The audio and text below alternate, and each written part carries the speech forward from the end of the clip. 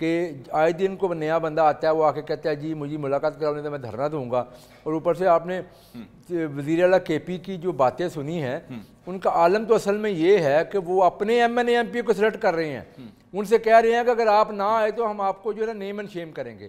ان کو یقین ہے کہ لوگوں نے نہیں آنا. ان کا اصل عالم یہ ہے, عوام نکالنا تو دور کی بات ہے, عوام تو ان کے پیچھے سے ویسے ہٹ چکی ہے. ان کے اپنے M N A M P ان کے کہنے پہ نہیں آتے, ان کو یقین ہے اس چیز کا, وہ نہیں آتے, اس لیے تو یہ لوگوں کو دھمکیاں دے رہے ہیں.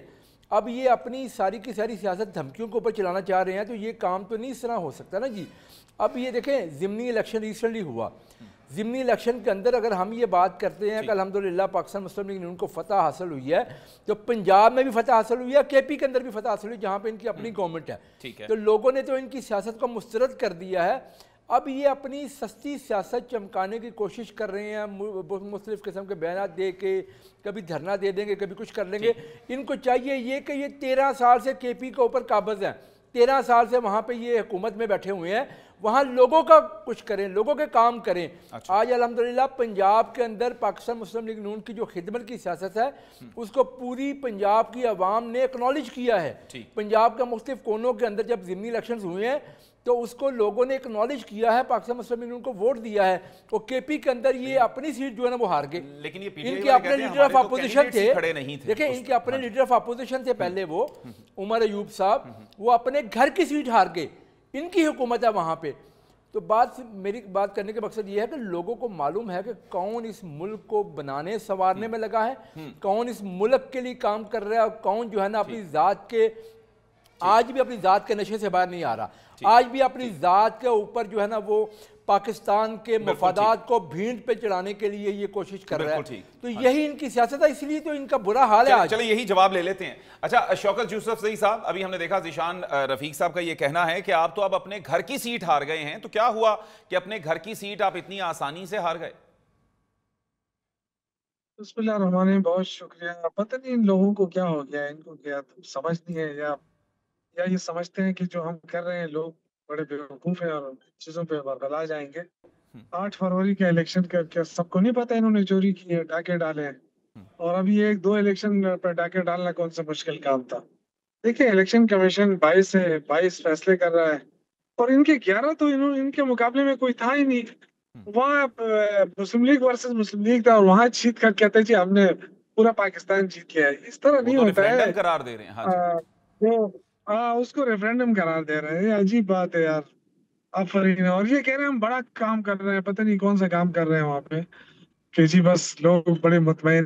ذرا گلی میں نکلے تو صحیح نا, کوئی کیمرہ لے کر نکلے تب آپ کو پتہ چلے کہ آپ کو لوگ کتنے یاد کر رہے ہیں.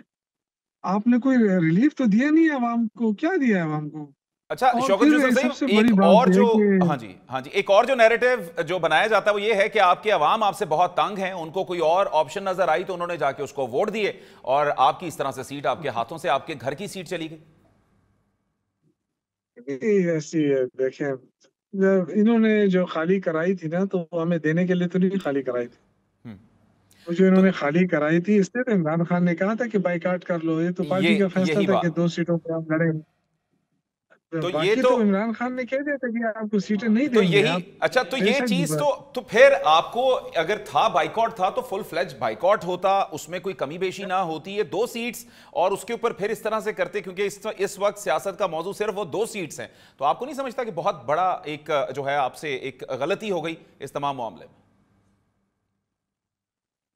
نہیں غلطی, دیکھیں ظاہر ہے وہ جو کنٹیسٹ کرنے والے لوگ تھے ان کی آبائی سیٹیں تھی, وہ نہیں چاہتے تھے کہ ہماری آبائی سیٹیں خالی رہیں. پھر اس وجہ سے ان کی ضد تھی, اس ضد کی وجہ سے پارٹی نے کہا چلو ٹھیک ہے آپ کر لیں, آپ کی مرضی.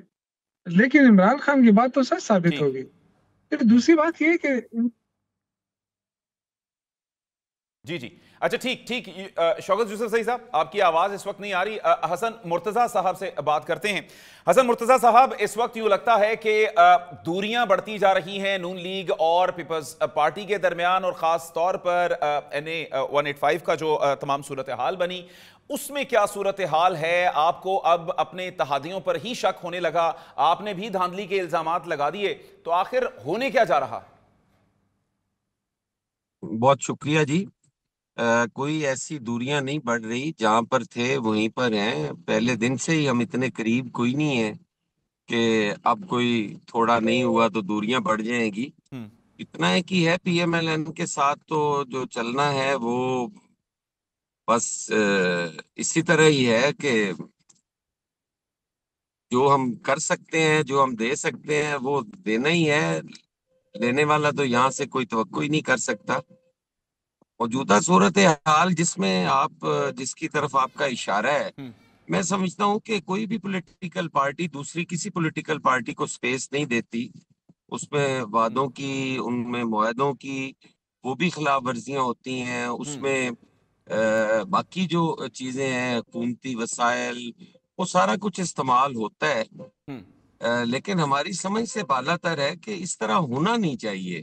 اچھا، آپ اگر کسی کے حسن ساتھ مرتضیٰ صاحب، قطع کلامی کی معذرت، آپ نے تو وزارت عظمیٰ دے دی ان کو، اور ان کے ساتھ جو معاہدہ تھا ایک سیٹ کا ان کی طرف سے، تو پھر وہ سیٹ بھی آپ کو نہیں ملی.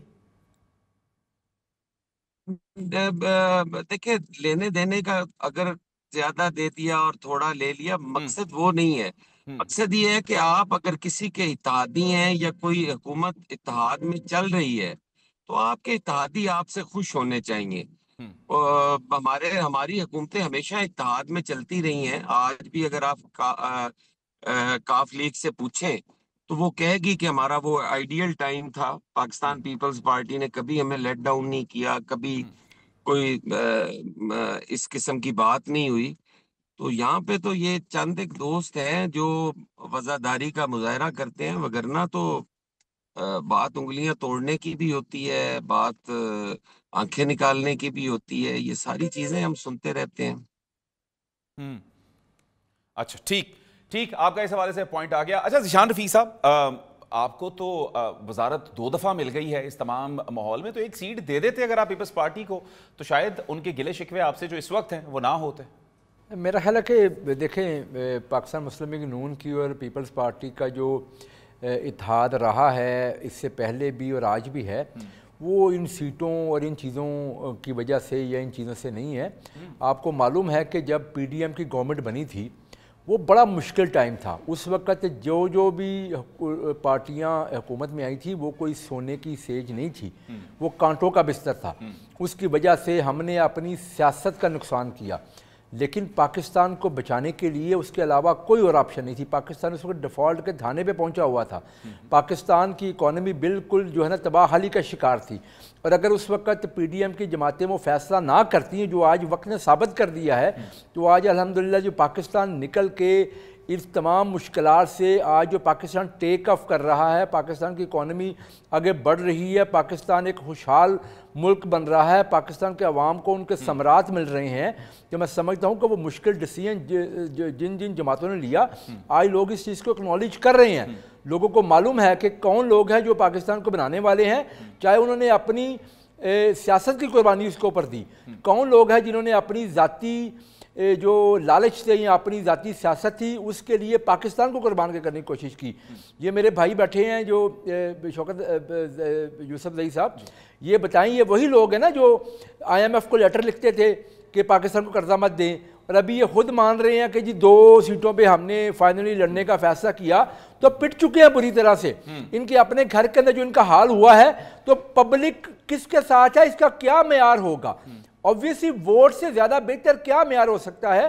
ضمنی الیکشن جب یہ حکومتوں میں تھے تو یہ بھی ضمنی الیکشن لڑا کرتے تھے، یہ سارے ضمنی الیکشن ہارا کرتے تھے. دھاندلی کہتی ہیں جو ڈسکا میں انہوں نے کرنے کی کوشش کی، میرا حلقہ وہ وہاں پہ انہوں نے کوشش کی اور بری طرح بے نقاب ہوئے. اگر ہم نے کچھ ایسی کوئی صورتحال کی ہے تو سامنے لے کے آئے کوئی ایسی چیز. کوئی کسی کے پاس کوئی ایسا کوئی چیز ہے کوئی نہیں ہے. ان کی اپنی گورنمنٹ تھی وہاں پہ کے پی کے اندر، تو یہ وہاں پہ ان کی اپنی مشینری تھی ساری کے ساری. دیکھیں، میری گزارش یہ ہے کہ عوام نے اس وقت جو ہے نا وہ جو اپنی ذات کی اپنے مفادات کی سیاست کرنے والے لوگوں کو بے نقاب کر دیا ہے. عوام کو معلوم ہے کہ کون ان کے لیے کام کر رہا ہے. آج اگر حکومت پنجاب، جو کہ میں انگلیوں پہ اگر انیشیٹو گننا شروع کر دوں تو میں شاید آپ کا پورا پروگرام اس پہ لگ جائے کہ آج سینکڑوں انیشیٹو ہے حکومت پنجاب کے. کسان کارڈ ہو، اس میں اپنی چھت اپنا گھر ہو، اس میں ستھرا پنجاب ہو، اس میں ہونہار پروگرام ہو، اس میں بے تحاشا دہی رانی پروگرام ہے. اس کے علاوہ بے تحاشا پروگرام ہے بالکل جو اس کے اوپر کیے ہیں. آج ہمارے یہ پروگرام لوگوں کو اس کے ثمرات مل رہی ہیں. یہ 13 سال سے وہاں پہ قابض ہے, 13 سال سے یہ پی ٹی آئی کی گورنمنٹ جو ہے نا وہ کے پی کے اندر بیٹھی ہے. ان کے پاس ایک انیشیٹو گرانے کو نہیں ہے. 4.5 سال انہوں نے پنجاب کو حکمرانی کی, ان کے پاس کوئی ایک انیشیٹو نہیں ہے جو انہوں نے لوگوں کو جو ہے نا وہ ڈیلیور کیا ہو. کوئی ایک کام نہیں ہے جس سے لوگوں کو فائدہ ہوا ہو. تو اس طرح کی جب حکومتیں کریں گے تو لوگ بھی ان کا یہی حال کریں گے.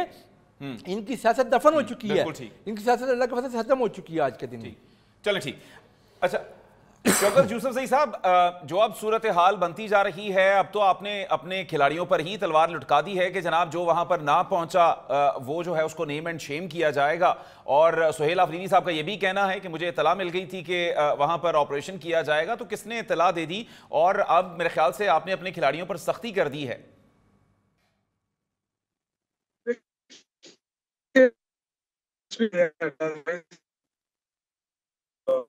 4-5 بندوں کا نام تھا ملاقات کی, آج پھر نہیں چھوڑا. یہ ختم ہو گئی. جب سیاست ختم ہو گئی تو آپ ڈرتے نہیں کہہ سکتے کہ ہماری سیاست ختم ہو گئی. یہ ڈر ہی کافی ہے آپ کے لیے. اور کو اٹھا لیا ہے, کون سی معیشت کو اٹھایا؟ آپ مجھے بتائیں کہ آئی ایم ایف کا قرضہ اگر آج نہ ملے تو یہ ہماری معیشت کہاں پہ کھڑی ہوگی؟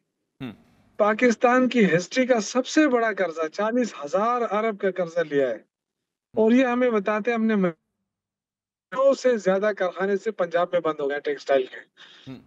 اچھا حسن مرتضیٰ صاحب, آپ یہ کہتے ہیں کہ معاملات اس طرح سے ہیں کیونکہ آپ کے نظریات بھی کچھ ڈیفرنٹ, آپ کی راہیں بھی کچھ ڈیفرنٹ ہیں, لیکن آپ پھر بھی ایک ساتھ چل رہے ہیں. تو کیا مجبوری ہے کہ سب کچھ ہونے کے باوجود آپ کو ایک سیٹ بھی نہیں ملتی, آپ اس پہ احتجاج بھی کرتے ہیں لیکن اکٹھے رہتے ہیں؟ تو کیا ایسی وجہ ہے کہ جس نے آپ کو اکٹھے کیا رکھا ہے؟ تو کچھ ایسی بھی صورتحال ہمیں بھی بتائیں کہ کیا وہ ریزنز ہیں کہ جس کی وجہ سے آپ ابھی تک تحمل کے ساتھ اکٹھے چل رہے ہیں. دیکھیں جی, پاکستان پیپلز پارٹی تو ہمیشہ ریاست کے ساتھ, جمہور کے ساتھ, جمہوریت کے ساتھ کھڑی رہی ہے. آج جب ہم دیکھتے ہیں کہ ایک طرف بہت بڑا انتشار ہے, نہ ہمارے اندرونی حالات بہتر ہیں, نہ ہمارے جو جغرافیائی صورتحال ہے وہ بہتر ہے, بارڈر پار سے بھی دہشت گردی ہو رہی ہے, ہمارے ادارے جو ہیں ان کو ٹارگٹ کیا جا رہا ہے, ان کو کمزور کرنے کی سازش ہو رہی ہے, آئی ایم ایف کو خط لکھے جا رہے ہیں کہ اس کو دیوالیہ ہونے دیا جائے. تو ان حالات میں پاکستان پیپلز پارٹی کے پاس اور کون سا راستہ ہے؟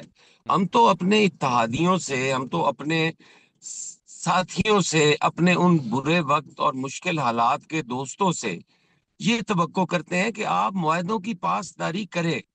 اگر اس ملک کو آپ نے آگے لے کے چلنا ہے, اور اس میں کوئی دو رائے نہیں ہے کہ پاکستان پیپلز پارٹی اور پی ایم ایل این ہی ان چیلنجز سے نبٹ سکتی ہے, وگرنہ یہ سکت کسی میں نہیں ہے. آپ دیکھیں جو آدمی اپنی حکومتیں ختم کر دیتا ہے, پنجاب جیسے بڑے صوبے میں اسمبلی ڈیزالو کر دیتا ہے, کے پی میں اسمبلی ڈیزالو کر دیتا ہے, تو جو آدمی جس شاخ پہ بیٹھا ہوا وہ شاخیں کاٹی جا رہا ہے, وہ کس طرح آپ سمجھتے ہیں کہ وہ اکائیوں کو کمزور کر کے اور وفاق کو مضبوط کرنے کی بات کرے گا؟ یہاں پر ایک الزام نہیں ہے, ان کی جماعت کی طرف سے ان پہ الزام عائد ہوئے جی فورن فنڈنگ کا, وہ کسی اپوزیشن نے نہیں کیے تھے, ان کے اپنی بانی کارکنان میں سے وہ سارا کچھ ہوا. پھر اور کافی ساری چیزیں ہیں جن کے شواہد ملے, کیا کیا ہوتا رہا, کس کس وقت میں کیا کیا چیزیں ہوئیں. تو ان ساری چیزوں کو سامنے رکھ کے پاکستان پیپلز پارٹی نے ان مشکل حالات میں اپنی پارٹی کا, اپنا سیاسی نقصان ریاست کو بچانے کی کوشش کی ہے, اور ہم چل رہے ہیں. ہمیں تو افسوس اس وقت ہوتا ہے جب ان دوستوں کی طرف سے ہمارے ساتھ زیادتی ہوتی ہے. جب رنر اپ کا ایک فارمولا طے ہو گیا تھا تو ڈی جی خان کی سیٹ پہ کیوں نہیں ہمیں وہ سیٹ دی گئی؟ کیوں وہاں پہ سرکاری وسائل ہمارے خلاف استعمال ہوئے؟ ٹھیک ہے, اگر آپ لڑنا چاہیں تو بے شک لڑیں, لیکن وہاں پہ تو کم از کم سرکاری وسائل استعمال نہ ہو. وہاں پہ تو جب ہے ہی ہم دو پارٹیز, اور ان میں سے جو بھی جیتا بیٹھنا تو آپ کے ساتھ ہے, تو فری اینڈ فیئر ہو جائے تو کیا فرق پڑتا ہے؟ لیکن وہ بھی برداشت نہیں کر پائے. ایسی چیزیں ہیں جن کے ضرور ہم گلہ شکوہ کرتے ہیں, باقی ہمیں نہ کوئی ان سے کچھ چاہیے, نہ کوئی ہم ان سے توقع رکھتے ہیں, نہ ہی ہم تو ملک کے لیے ان کے ساتھ ہیں اور ہماری آخری حد تک کوشش ہوگی کہ اس ملک کو ان چیلنجز سے نکالیں. بالکل ٹھیک، بالکل ٹھیک. ذیشان صاحب، ویسے معاملات جو بنتے ہیں یہ تو آپ کو ماننا چاہیے کہ 2 دفعہ وزارت عظمیٰ جو ہے وہ ان کی جانب سے آپ کو دی گئی ہے، آپ نے ایک سیٹ نہیں دی. اس پہ بات کرتے ہیں، لیکن ناظرین اسی پر گفتگو کا سلسلہ یوں ہی جاری رہے گا، لیکن ایک بریک کے بعد. ویلکم بیک ناظرین. پروگرام کے سلسلے کو آگے بڑھاتے ہوئے ایک دفعہ پھر سے بات کریں گے. ذیشان رفیق صاحب ہمارے ساتھ موجود ہیں مسلم لیگ نون کو ریپرزینٹ کرتے ہوئے. سر، بات وہیں پر آتی ہے کہ جو گلے شکوے ہیں پیپلز پارٹی کے وہ تو جائز نظر آتے ہیں. آپ کا جب معاہدہ ہو گیا، تمام جو ہیں بات چیت طے ہو گئی، اور اس کے باوجود آپ نے ایک سیٹ نہیں دی جو کہ اس سے پہلے آپ کو 2 دفعہ وزارت عظمیٰ تک پہنچا چکے.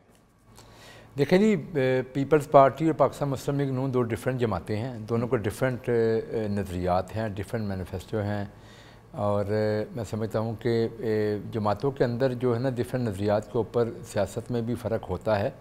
جیسے میں نے شروع میں بات کی تھی کہ بہت ساری ایسی چیزیں، دیکھیں ہماری ہی جماعتیں تھیں دونوں، یہ پی ایم ایل این اور پیپلز پارٹی، جس میں میاں نواز شریف صاحب نے اور محترمہ بینظیر بھٹو صاحبہ نے چارٹر آف ڈیموکریسی کیا تھا.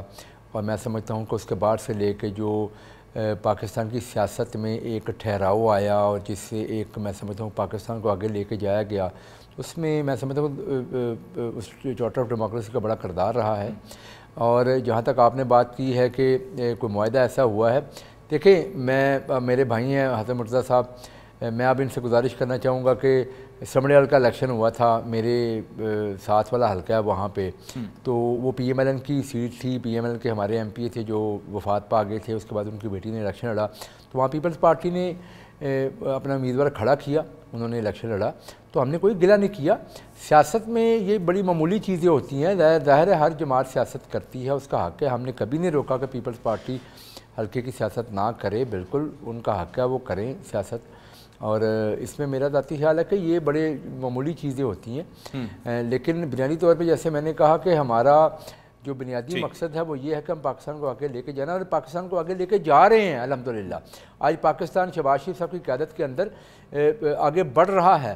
آج پنجاب میں مریم نواز شریف صاحبہ کی قیادت کے اندر تاریخی اقدامات کر رہا ہے، جس کے ثمرات لوگوں کو مل رہے ہیں، جس میں لوگوں کو فائدہ پہنچ رہا ہے. لیکن دیکھیں نا، میں سمجھتا ہوں ایشوز اس سے بہت بڑے ہیں. ایشوز جو ہے نا وہ یہ ہے کہ پاکستان کو جن خطرات کا، جن مشکلات کا سامنا ہے، جس میں ایک اس ملک کی جماعت جو ایک صوبے کے اوپر حکمران بھی ہے، وہ وہاں پہ بیٹھ کے دہشت گردی کو سپورٹ کر رہی ہے، جو وہاں پہ بیٹھ کے ان دہشت گرد جماعتوں کو جن کی پاکستان میں کوئی جگہ نہیں ہے، جو پاکستان کے عوام کی جو ہے نا وہ جانوں کے در پہ ہوئے ہیں، ان کی سپورٹ میں باتیں کرتے ہیں، جو ٹی ٹی پی کے بہت بڑے سپورٹر بن کے سامنے آ کے باتیں کرتے ہیں، جو پاکستان کے ساتھ جو اس وقت ایک ٹینشن کی فضا ہے ہمارے بارڈر کے اوپر، اس کی وہ پاکستان کے ساتھ آج کھڑے نظر نہیں آ رہے، وہ پاکستان کے مخالفین کے ساتھ اگر کھڑے نظر آ رہے ہوں گے تو میں سمجھتا ہوں یہ ایشوز کی بات ہے. یہ بڑی باتیں ہیں جس کے اوپر ہمیں مل کے اس کا حل کرنا ہے، کیونکہ ہماری سب کی پہچان اس وطن کے ساتھ ہے، ہماری سیاست اس وطن کی سالمیت کے بعد ہے. ہماری ہر چیز جو ہے نا اس وطن کی جو اصل جو وطن رہے گا تو ہم رہیں گے. تو ذیشان صاحب اگر یہ ملک کی بات ہے تو ان کو مذاکرات کی دعوت دیتے ہیں پھر آپ؟ اور مذاکرات کی باتیں جو آپ نے کی، ہم نے تو بڑی دفعہ باتیں کی ہے، لیکن ایک جماعت جو اپنے طرز عمل سے باز ہی نہ آئے، جو کہ نہیں باز آ رہے. دیکھیں آج عوام نے بھی آپ کی طرف سے بھی کوئی پوزیٹیو جیسچر نہیں آ رہا، آپ ایک ملاقات کروا دیں اور بات. مجھے بتائیں اسمبلی کے اندر دیکھیں 2 چیزیں ہیں، آپ کو معلوم ہے اس چیز کا کہ جب 2018 کے الیکشنز ہوئے تھے، کس طرح آر ٹی ایس بند کر کے تو پی ٹی اے کی گورنمنٹ بنائی گئی، تو شہباز شریف صاحب نے اسمبلی کے فلور پہ کھڑے ہو کے ہمیں حالانکہ لاکھ اعتراضات ہو اس الیکشن کے اوپر، ہم نے چارٹر آف اکانومی کی بات کی. یہ دیکھیں یہ حکومت میں ہوں تو یہ کہتے ہیں ہم نے کسی سے بات نہیں کرنی، یہ اپوزیشن میں ہوں تو ان کے جو رویے ہیں وہ کس قسم کے ہوتے ہیں. دیکھیں اس طرح ملک نہیں چلتے. اس سے بڑے واضح ہے ان کا مقصد پاکستان نہیں ہے، ان کا مقصد اپنی ذاتیات ہے، ان کا مقصد اپنی کرپشن چھپانا ہے، اپنا مال پانی بنانا ہے. جب پاکستان پاک چائنا اکنامک کوریڈور جو اس پاکستان کی آگے کئی سمجھو کہ کئی سالوں تک جو پاکستان کو آگے لے کے چل رہا تھا، انہوں نے اس کو روک کے تو گوگی پنکی اکنامک کوریڈور شروع کیا. چلیں وہ چیزیں ساری ٹھیک ہے، اب آپ کہتے ہیں مذاکرات، تو کم از کم کوئی گڈ جیسچر جو ہے وہ گورنمنٹ نے دکھانا. ہم نے دیکھیں افغانستان کا میڈیا 26ویں ترمیم میں ان سے بات کی، انہوں نے بات کی، بات کر کے بعد جا کے مکر جاتے ہیں. ان کے اندر ڈیسیژن تو لینے والا ہے کون نہیں. ٹھیک ہے، یہ خود کہہ رہی ہیں جو جماعت یہ کہہ رہی ہو کہ ان کے بانی نے کہا جی الیکشن میں حصہ لینے جانا ہے، پھر حصہ وہ لے یہی لیا. کہتے ہیں کہ ہم نے بہت سے ڈیسیژن لینے ہیں وہاں سے اڈیالہ سے، تو وہاں پہ ہماری ملاقات نہیں. مجھے بتائیں، یہ خود کہہ رہے ہیں کہ ان کے بانی نے کہا، یہ کہہ رہے بقول ان کے کہ الیکشن میں حصہ نہیں لینا، ان کی جماعت پھر حصہ لے لیتی ہے. بالکل ٹھیک. دیکھیں یہی بقول ان کے.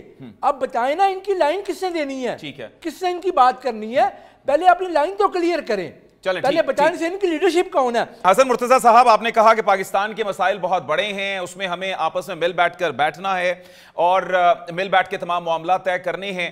تو آپ کو لگتا ہے کہ جو معاملات اب آگے کی جانب جا رہے ہیں، کیونکہ انہوں نے کہا یہ تو ایک سیٹ ہے، ہمارے معاملات اس سیٹ سے بہت اوپر ہیں، لیکن ان سیٹوں کی بیس پر ان کے پاس سمپل میجورٹی آ چکی، یہ اب پولیٹکس کے ڈائنامکس بدل چکے، تو کیا یہ صرف چند سیٹیں ہیں؟ اس میں کوئی دو رائے نہیں ہے. ذیشان رفیق صاحب بھائی ہیں جو کہہ رہے ہیں مسائل اس سے بہت بڑے ہیں، لیکن ہم سمجھتے ہیں کہ اگر ہمارے میں عدم اعتماد ہوگا، ہم ایک دوسرے پہ اعتماد نہیں کر رہے ہوں گے تو آگے نہیں بڑھا جا سکتا.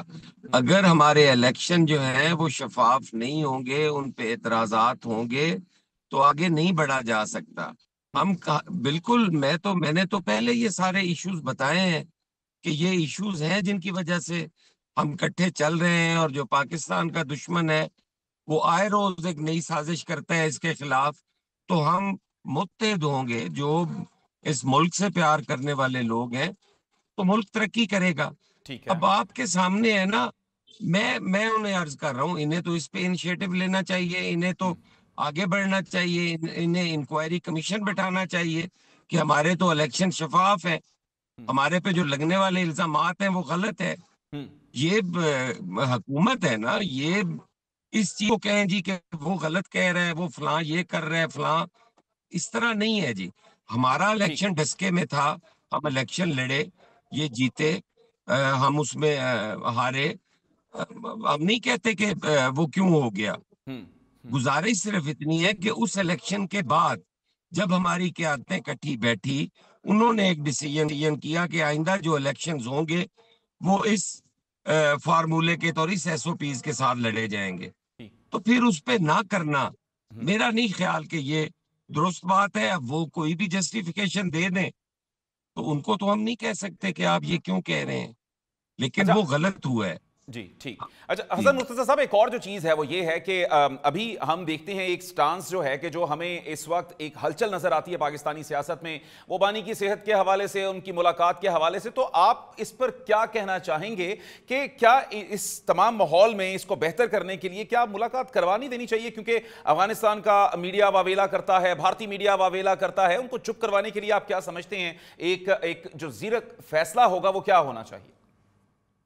لیکن وہ تو بارڈر پار ان کی جو ہے اوورسیز، وہ تو ان کی پولیٹیکل پارٹی ہے نا. بھارت میں بھی موجود ہے، وہ افغانستان میں بھی موجود ہے، وہاں سے تو واویلا بھی ہوگا، پروپوگنڈا بھی ہوگا، سارا کچھ ہوگا. جیل مینول سے ہٹ کے اگر آپ اس جیل میں 4-5 ہزار قیدی ہیں، میں نہیں سمجھتا کہ ان سے ہٹ کے آپ کسی قیدی کی ملاقات کروائیں. پھر ساروں کی اگر کروانی ہے تو 500 بندہ جا کے ہر قیدی کو ملے، کیوں نہیں ملنا؟ غلط سزا ہے یا ٹھیک سزا ہے، یہ ڈیبیٹ نہیں ہے. عدالت نے انہیں سزا کی ہے، اس کے مطابق ان کے ساتھ ٹریٹ ہونا چاہیے. اب کوئی کہے کہ میں پاکستان کے خلاف سازش بھی کروں، میں بیٹھوں، میں بلاؤں اور لوگ باہر جا کے وہی سازش کریں، تو میں تو نہیں سمجھتا کہ وہ درست بات ہے. جیل مینول کے مطابق کی بہنیں ملے، ان کی فیملی ملے، وہ سارے ملے، ان کے وکلا ملے، اور جو لوگ ملنا چاہتے ہیں جنہیں جیل مینول الاؤ کرتا ہے وہ یقیناً ملے. لیکن یہ ان کے ساتھ اسپیشل ٹریٹمنٹ ہو، یہ مناسب نہیں ہے. باقی لوگ بھی جیلوں میں رہے ہیں، 500 پہ بھی چڑھے ہیں، یہ کوئی اتنے اسپیشل نہیں ہے کہ ان کو کروایا جائے. اور پھر 190 ملین پاؤنڈ کی کرپشن اندر ہے، وہ کوئی پولیٹیکل وہ قیدی نہیں ہے، وہ